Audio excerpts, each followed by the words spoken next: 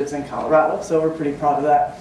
Our interest in hemp started in 1995 when we started working with State Senator Lloyd Casey, who was a 72-year-old World War II veteran who decided that, that he had used hemp during the war. He was in the Navy, and they used it for line on the ships. And he was familiar with it, and he couldn't believe that it was illegal. And he found out that we were a student group on campus having meetings, and he came and talked to one of our groups, and he said, "This sounds reasonable. I'll introduce a bill in the state legislature to legalize hemp." And so we were like, great, let's do that. So we were in 1995, Senator Casey was the first person in the country to introduce an industrial hemp bill in the state legislature, and I like to think that we coined the term industrial hemp, because I really don't think that anybody was using it before that. We were focused on the medicinal, and yeah, you can make paper on it, and we talked about all that, but when we went to the legislature, for them, we had to show them that this was something that was different than cannabis, that you could smoke, and so that was when we started calling it industrial hemp, to distinguish it from the medicinal cannabis that you could smoke. So that's where that term came from. So in 1995, we introduced a bill in the Colorado State Legislature, and we put on our suits and we put our hair in ponytails. We didn't make the long hair stay out, but they had it tied back, and we got our little name tags, and we went down there and we educated the senators. It was introduced in the Senate and about hemp. And really, we got a great reception on it, and I think that it would have passed the Senate Agriculture Committee where it was introduced, except for the Drug Enforcement Administration, who decided that they were going to send a fax at the last minute to all the legislators on the Ag Committee, saying basically, if you vote for this legislation, you'll be committing a federal crime and we're going to arrest you. So yeah, that worked. So they killed the bill there, but we got a really positive reception. So in '96, Senator Casey introduced the bill again. And amazingly, it made it out of the Senate Agriculture Committee into the full Senate of Colorado, which at the time was controlled by Republicans.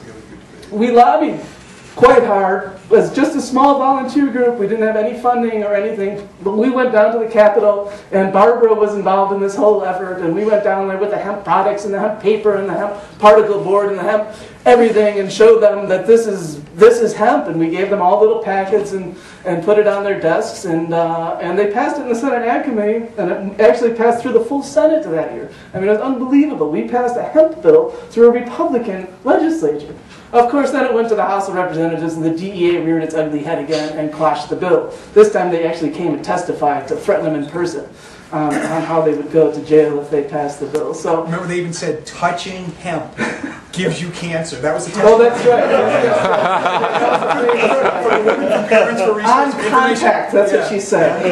Marijuana causes skin cancer on contact. Yeah, that was the Drug Watch International. The woman, Beverly Keinhardt from Drug Watch International. She was our chief nemesis to argue against the bill. But in 1997, Senator Casey was no longer a senator, and we actually got a Republican to sponsor the bill, and I'm really proud of that. When I market myself, telling people what a good marketer I am, I say, look, we sold hemp to Republicans, and we did. And they introduced it in the House of Representatives. It was Representative Kay Alexander from over in your area, Paonia she was from, wasn't she? Or Montrose, yeah. Montrose. And she introduced it, but boy did she get hammered by the DEA. And the DEA basically said to her, if you do this again, you're never going to have any kind of career in politics after that. And so in '98, she didn't introduce any bill. And actually, there have been no more bills since then in Colorado since then. But I like to let everyone know that we were the first. And the main things that we got across to the people in the legislature, and the other conservative endorsement that we got that I was really proud of was the Colorado Farm Bureau. Now, these people are Republicans, and they are, you know, anti-endangered species, anti-environmentalists, anti-everything you could believe. We went down to their convention in Colorado Springs for 3 days. I had to hang out with these people, and I was just like, wow.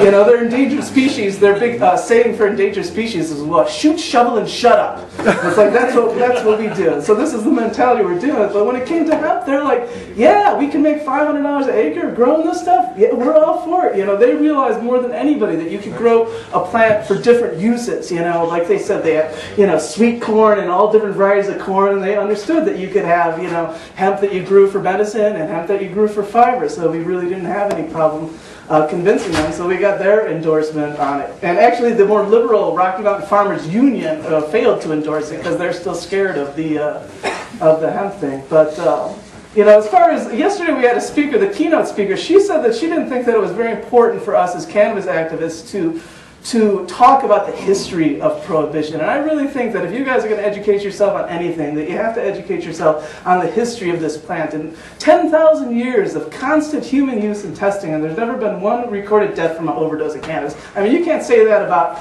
anything. About water or potatoes or anything. So, you know, Thomas Jefferson grew, not only did Thomas Jefferson grew hemp and George Washington grew hemp, they grew cannabis for medicine. You know, there's stuff in their diaries that shows that they were separating the male from the female plants and all the stuff that you have to do to grow cannabis for medicine. So these were the founders of our country. You know, the Declaration of Independence was printed on hemp paper.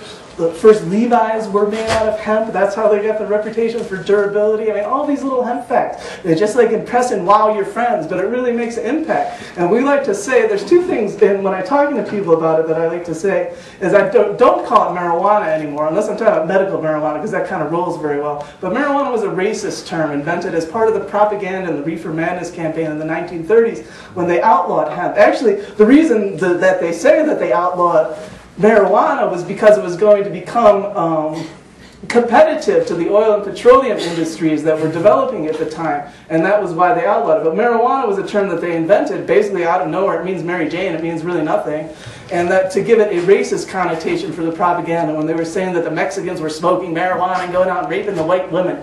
You know, that's where the word marijuana came from. They would want to call it cannabis, which is what it had been called for thousands of years before that, maybe not thousands, hundreds of years. But anyway, so I like to use the term cannabis when I talk about it, and I know that Alan does too. I know that I read your editorial in the newspaper, and I was like, oh, thank God. We can't really change the name of NORML to NORCL, unfortunately. But we can use it in our conversation. And the other thing that I like to say is re-legalize. When people talk about legalize, I like to say re-legalize, because a lot of people do not know that it used to be legal. You know, it's been 70 years of prohibition, you know, several generations of people that don't know that it used to be legal. So I like to make sure that, that there's that. So we have these little flyers. If you guys didn't get one of these or sign up on our list, hunt it down. Where's the list now? Does anyone have the sign-up list? So hunt it down and get some information. We have a website up here, and get involved. And thank you.